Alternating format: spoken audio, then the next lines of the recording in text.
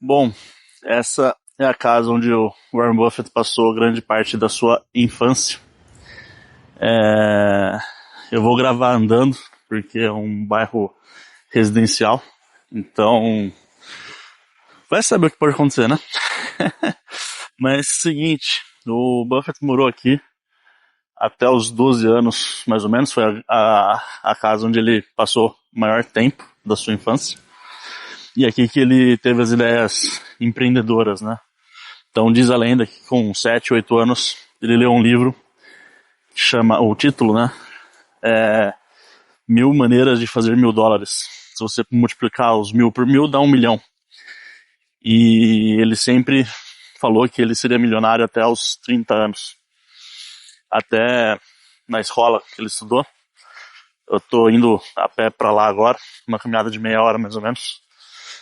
Ele, no anuário, né, que tem as fotos das crianças, diz a lenda que ele colocou o nome, né, de Warren Buffett, o futuro milionário.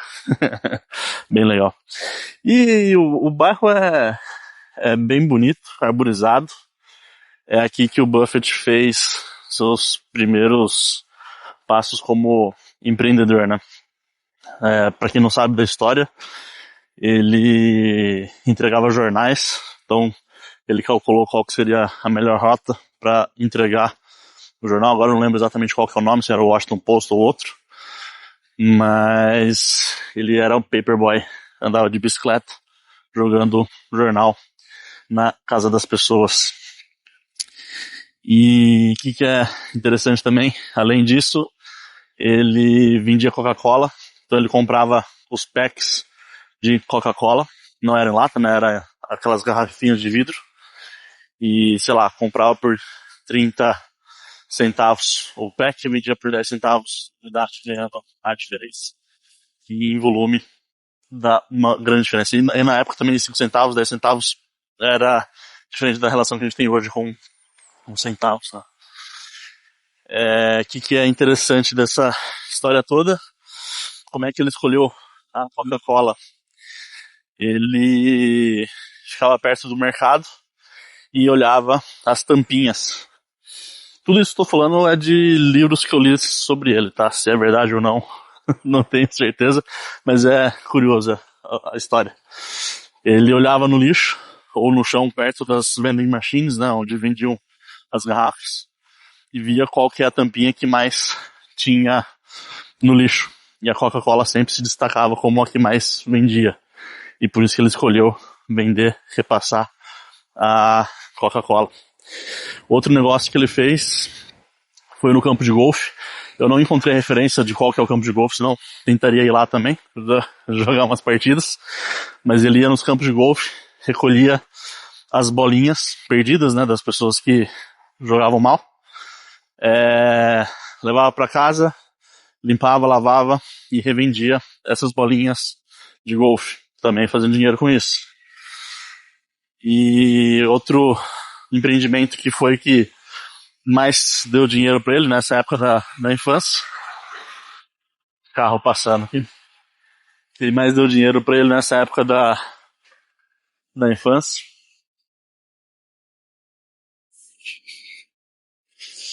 ele atravessando na rua aqui, o pessoal para, por aqui no Brasil precisa correr. Mas o outro empreendimento que fez bastante dinheiro foi com máquina de pinball. Ele comprava as máquinas de pinball, colocava em barbearia e em parceria, né, com a barbearia, e depois ele dividia as moedas. Ele chegou a ter 60 máquinas quando ele vendeu essa empresa, né, esse mini negócio dele. E com o dinheiro dessa venda das máquinas de pinball, desse negócio de 60 máquinas de pinball, ele comprou uma pequena fazenda aqui em Omaha. Coisa surreal para alguém com tão pouca idade, né? Porque com uns 12 anos ele mudou para Washington DC, porque o pai dele virou congressista aqui nos Estados Unidos. Esse é outro ponto interessante da história. O Buffett nasceu em 1930 e E foi logo, né, depois da Grande Depressão. E o pai dele era um corretor, stockbroker, corretor de ações. E por isso que ele também se interessava por ações tão cedo. A primeira empresa que ele comprou era uma companhia de transporte ferroviário. Ele pagou $27, ou melhor, ele pagou por volta de $38 na ação. Semanas depois caiu para 27 e ele vendeu desesperadamente porque estava perdendo dinheiro. E não muito tempo depois, 1 ano, 2 anos, a ação já estava valendo $200. Então, essa foi a primeira lição dele sobre ter paciência. Quem tem paciência nos investimentos acaba ganhando mais a longo prazo se a empresa, obviamente, é boa, se a empresa tem lucros constantes. E é isso, pessoal. Vou caminhar aqui. Chegando na escola onde ele estudou, eu faço um novo vídeo. Abraço. As ruas aqui são bem arborizadas, bem bonito.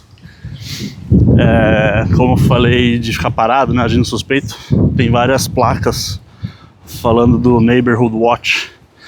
Então é uma zona que as pessoas relatam atividades suspeitas para a polícia e a polícia vai lá averiguar quem que é a pessoa estranha caminhando no bairro. Por isso que é bom não ficar muito tempo parado, não agindo que nem turista, mas é inviável, né? A cara entrega, ou a roupa, ou enfim, não tem como não parecer turista sendo turista. Um fato curioso que eu lembrei agora da casa do Warren Buffett ali da infância, ela continua ainda com propriedade, né, da família, enfim, dele. E alguns anos atrás ele ofereceu no Airbnb para quem quisesse, enfim, ficar na casa dele. Eu achei muito bacana. Era $2.000 a diária, alguma coisa assim. Mas é isso. Até hoje a casa está no nome dele e eventualmente você pode dormir lá por $2.000 a diária. Cheguei aqui a Dundee School. Essa é a fachada da casa. Da casa não, da escola.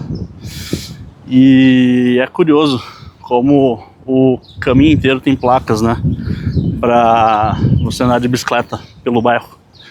Então, esse trajeto que eu levei mais ou menos uma meia hora para fazer, com certeza o Warren Buffett fazia rapidamente em 10 minutos de bicicleta. E é praticamente uma linha reta da casa onde ele morou, né, que eu mostrei para vocês. Escola bem bonita, o parque fica aberto, não é uma escola fechada, então a escola em si é fechada, mas o acesso ao parque e todas as brincadeiras é aberto ao público. Ao público não, né? Enfim, a quem estiver passando. E é isso, essa é a escola onde ele estudou na infância, aqui que ele já dizia que seria um milionário e cumpriu sua promessa. Próxima parada, a casa onde ele mora atualmente. Mais uns 15 minutinhos de caminhada, ele segue morando no mesmo bairro. E é o que eu comentei, né? Ele mudou aos 12 anos para Washington com os pais e não se adaptou, não gostou de morar longe do bairro onde ele nasceu, e eu entendo, também moraria aqui tranquilamente. Tem de tudo, tem casa de madeira, tem casa de tijolo, tem casa caindo aos pedaços, tem casa muito bonita, é bem tranquilo, silencioso, e é isso. Próxima parada, a casa onde ele mora desde 1958, se eu não me engano. E essa é a casa onde o Warren Buffett mora até hoje. Muito bom. Eu tenho uma história legal com essa casa, que minha mãe vive me mandando vídeos enfim, matérias, vídeos do Buffett, que ele comprou uma casa.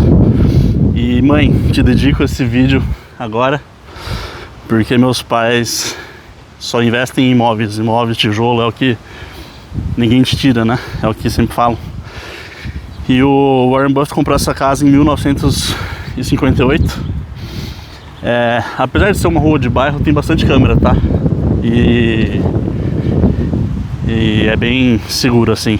Tem câmera literalmente para todo lado da casa, o que é de se esperar do homem mais rico, um dos homens mais ricos do mundo, né? E, mãe, o que é legal dessa casa? O Buffett comprou em 1958, pagou $31.500 e vive nessa casa até hoje. Então a gente tá falando de mais de 60 anos morando na mesma casa, né? 70 anos morando na mesma casa. E isso é um exemplo de como a gente deve comprar imóveis. Imóveis são a melhor coisa do mundo, porque olha só, o Buffett pagou tão pouco e deve valer milhões hoje a casa, né? Pesquisando um pouco, a casa onde ele mora hoje vale por volta de $3 milhões, né? $2,5 milhões. E vocês estão preparados? A punchline.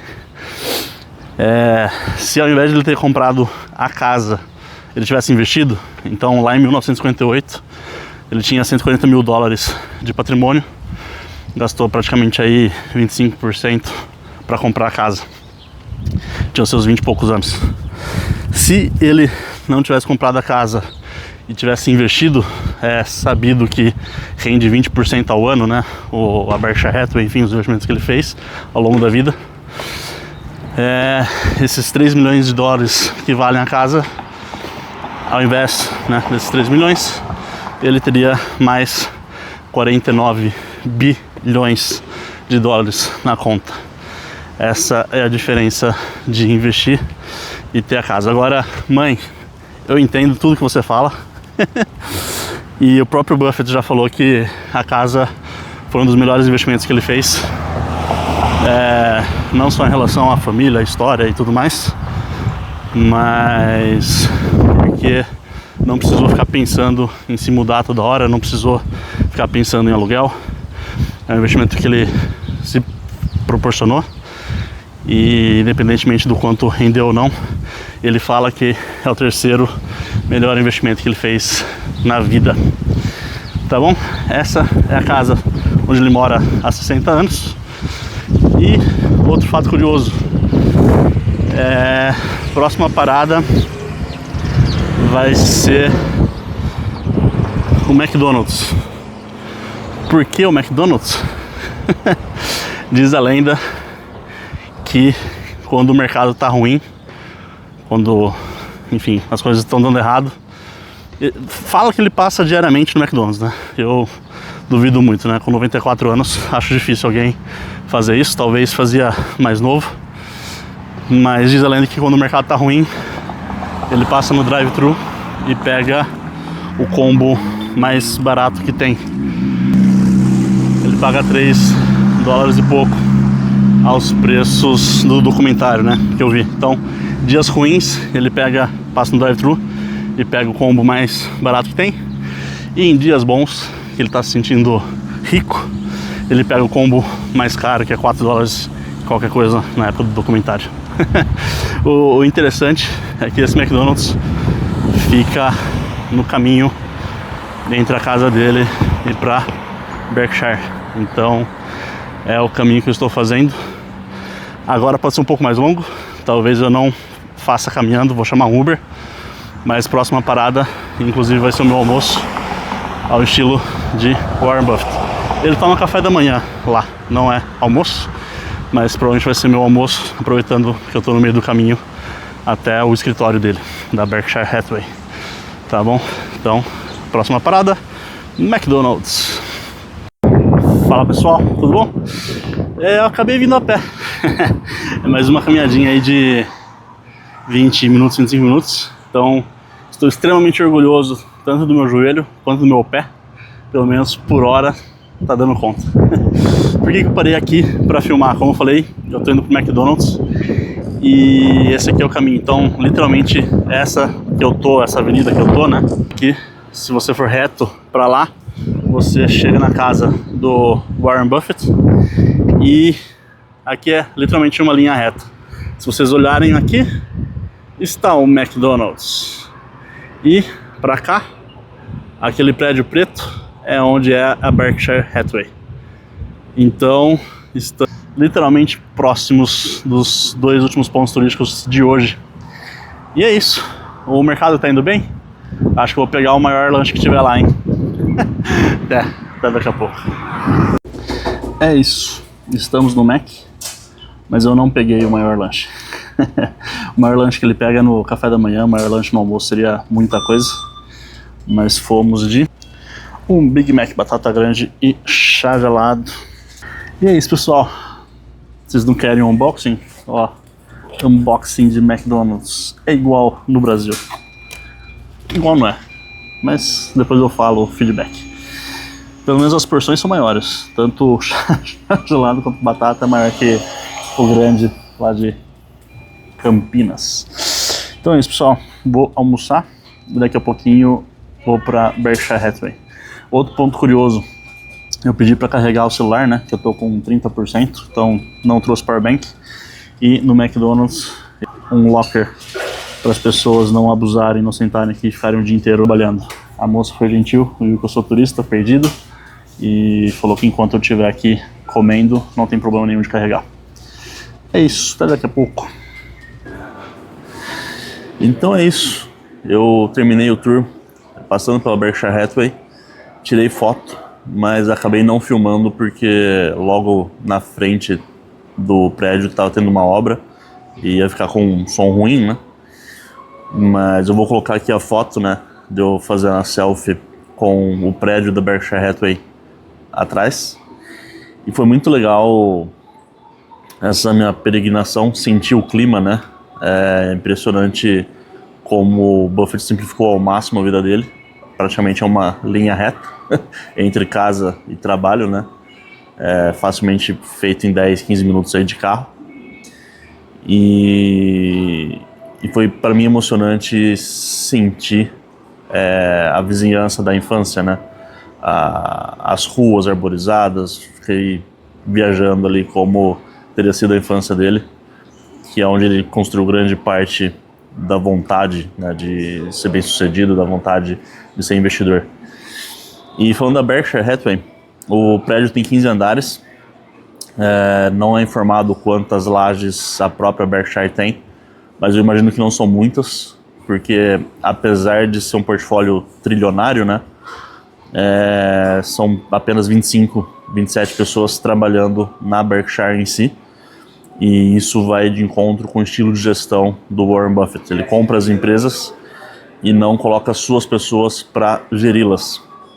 Ele mantém as famílias que originaram o negócio tocando, então nada melhor do que tocar um negócio é quem conhece, quem construiu, quem tem amor, paixão por aquilo. E é isso. Tem sido dias interessantes para mim aqui. E outra curiosidade sobre o prédio, você teve a oportunidade de ter o Warren Buffett como inquilino. Em 2018, o prédio foi vendido por 20 milhões de dólares e foi feita uma reforma, né, um retrofit da fachada. Então o nome anterior era Hewitt Plaza e agora virou Blackstone Plaza. E, enfim, a pessoa que comprou, né, a empresa que comprou, não é a Blackstone, não tem nada a ver com a gestora grande Blackstone. O bairro onde está o prédio chama Blackstone, por isso o nome. Mas a empresa comprou por 20 milhões de dólares, fez retrofit gastando 10 milhões. E a matéria que eu encontrei, o Warren Buffett deu anuência, né, aceitou a reforma, a construção. Ele não é proprietário do prédio, não é proprietário do andar, ele aluga, até hoje aluga. E renovou o contrato por mais 20 anos. Então, o imóvel que ele comprou é a casa, ou o escritório onde acontecem as coisas é alugado. É isso, pessoal. Hoje eu vou para mais 2 empresas. Talvez não rolem vídeos, mas eu acho que deu para sentir um pouquinho o clima e a minha emoção de estar aqui, né? Até mais, a gente se fala.